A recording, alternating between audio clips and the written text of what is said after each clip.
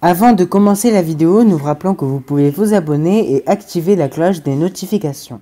Et salut à tous et merci de regarder cette vidéo. Aujourd'hui on est à Autonomique Paris et je vous fais montrer un peu les allées qui sont vides, un peu comment ça se passe. Un autonomique, c'est 3 jours sur l'handicap, tout handicap, visuel, auditif, TMS. Ici vous pouvez voir des fauteuils roulants. Ici je vous fais montrer un peu le salon en général. Alors c'est un très gros salon, hein. C'est dans le hall 4, porte de Versailles à Paris.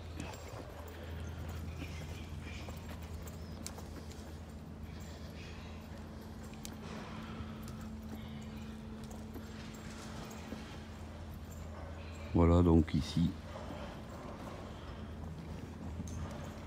énormément de stands en tout genre. Et comme vous pouvez voir, c'est par zone, puisque on a des zones jaunes, on a des zones rouges, et souvent la zone rouge est destinée aux personnes déficientes visuelles.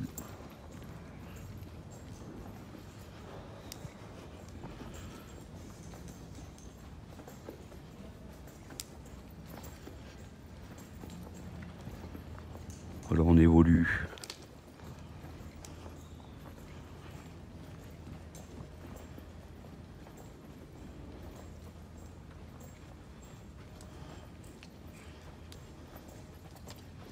dans le stand.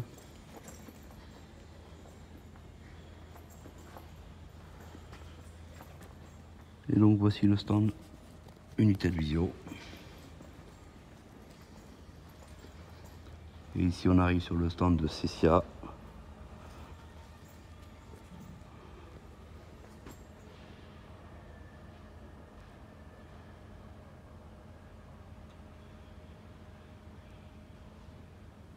Donc on est maintenant avec Olivier Crespi qui est donc le responsable de la francisation de JAWS et de tout ce qui est des produits VFO, tout ce qui est des plages Focus.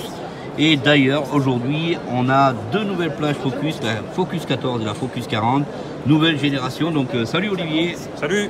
Alors on va donc, si tu peux nous expliquer donc les nouveautés éventuellement de JAWS, les nouveautés des nouvelles plages de chez VFO, qu'est-ce qu'elles ont de particulier, qu'est-ce qu'elles nous font.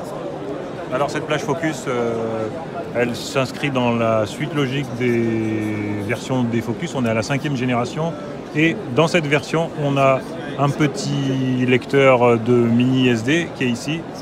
D'accord. Et qui permet d'enregistrer des livres au format BRF. Alors il faut choisir du BRF US. BRF US, hein. Et c'est ça.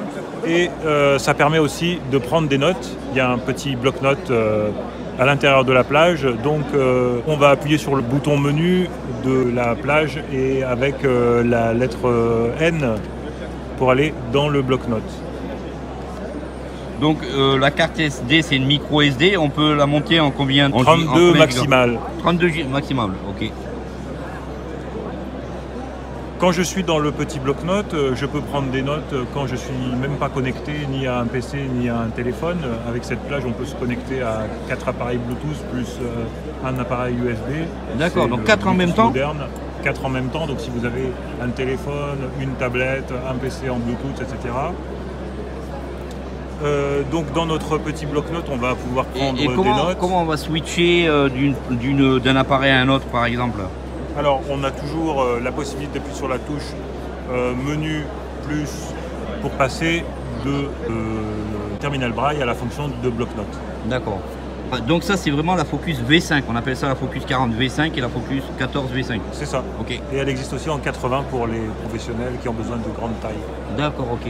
Toujours le système V5 avec la même solidité en acier. Ouais. Okay, parce les que absorbeurs de choc sur les côtés. D'accord. Ah ouais, absorbeurs de choc, je les filme de très près pour que vous puissiez les voir pour les personnes malvoyantes. Voilà. Et le remplacement de la coque plastique par une coque en métal. D'accord.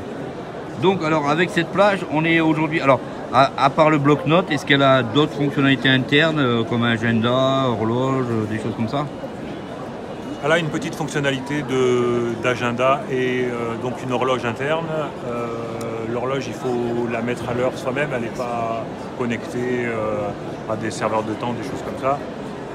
Donc il faudra que vous la passiez à l'heure d'hiver ou à l'heure d'été par exemple. D'accord. Alors une exportation, est-ce qu'on est capable de montrer aux gens comment on peut exporter du texte directement? Alors au niveau justement des fonctionnalités, est-ce qu'on est capable d'écrire en intégral, en abrégé dans le petit bloc-notes là? Dans le petit bloc-notes, on écrit comme on veut. On peut écrire en intégral, on peut écrire en abrégé. Tant que c'est pour se relire, il n'y a pas de souci. Les fichiers du bloc-notes sont enregistrés sur la carte micro SD, mais ils ne sont pas exploitables directement sur PC, ni sur Mac d'ailleurs. Il faut passer par la fonction export de la plage. La fonction export de la plage, elle marche de manière très simple.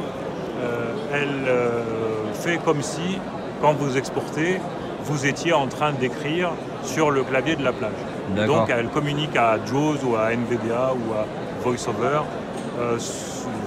le contenu du fichier ouvert dans le bloc-notes de la plage, en partant du principe que c'est une saisie sur le clavier braille qui est transmise directement à votre lecteur d'écran. D'accord, donc tu parlais de choses importantes, donc elles sont bien compatibles, les 3 lecteurs d'écran, NVDA, JAWS et VoiceOver. Absolument. Ok. Et est-ce qu'on est capable de faire la même chose qu'on fait sur PC avec un iPhone? Oui, on est capable de faire la même chose. L'exportation du texte directement. Tout à fait, avec iOS aussi. Ok, super. On fait une petite démo là de l'exportation, voyons. Alors je vais taper un petit texte dans mon bloc. Olivier, on n'a pas vu, puisqu'on vient d'être pris d'assaut par des clients. Donc Olivier a tapé du texte sur la plage et donc on va vous montrer l'exportation. Donc comment se passe l'exportation? C'est très simple, on appuie sur la touche menu qui est entre le point 1 et le point 4, qui est une nouvelle touche qui fait son apparition sur les Focus V5, de nouvelle génération. Ok.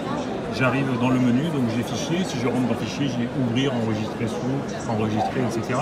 Donc là, je ne vais pas rentrer là-dedans. J'ai un autre menu qui s'appelle édition, dans lequel il y a couper, copier, coller, supprimer, etc. Et j'ai un troisième élément de menu qui n'a pas de sous-menu, qui s'appelle export. Quand j'appuie sur export, le texte va partir de la Focus vers le bloc-notes du PC. Ok, alors je vais vous filmer le bloc-notes qui pour l'instant n'a strictement rien. Olivier va faire la manip. Et vous allez voir s'afficher tout ce qui va expirer le texte. Comme vous pouvez voir ici sur le bloc-notes, il n'y a rien du tout. Et on va transférer, exporter le texte.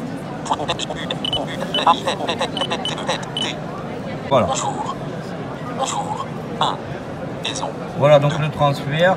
Alors par rapport justement à cette nouvelle catégorie de plage braille, on a donc le JAWS qui a bien sûr évolué. Qu'est-ce que le JAWS a de plus aujourd'hui comme fonctionnalité? Qu'est-ce qu'il va faire aujourd'hui que JAWS est encore plus fonctionnel?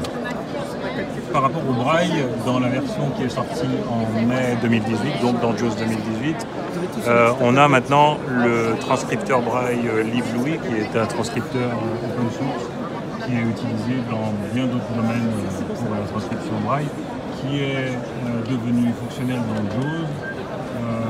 On a plusieurs versions dans JAWS qui sont disponibles. Celle qu'il faut utiliser en français, c'est la version 3.5 parce qu'elle permet de saisir et d'afficher en braille abrégé. D'accord. C'est la principale nouveauté du JAWS de la version de avril et mai 2018. D'accord, mais donc c'était Olivier Crespi sur le Salon Autonomique Paris 2018. Ben, merci beaucoup Olivier, puis on se reverra sûrement sur d'autres salons. À plus tard. Salut, ciao.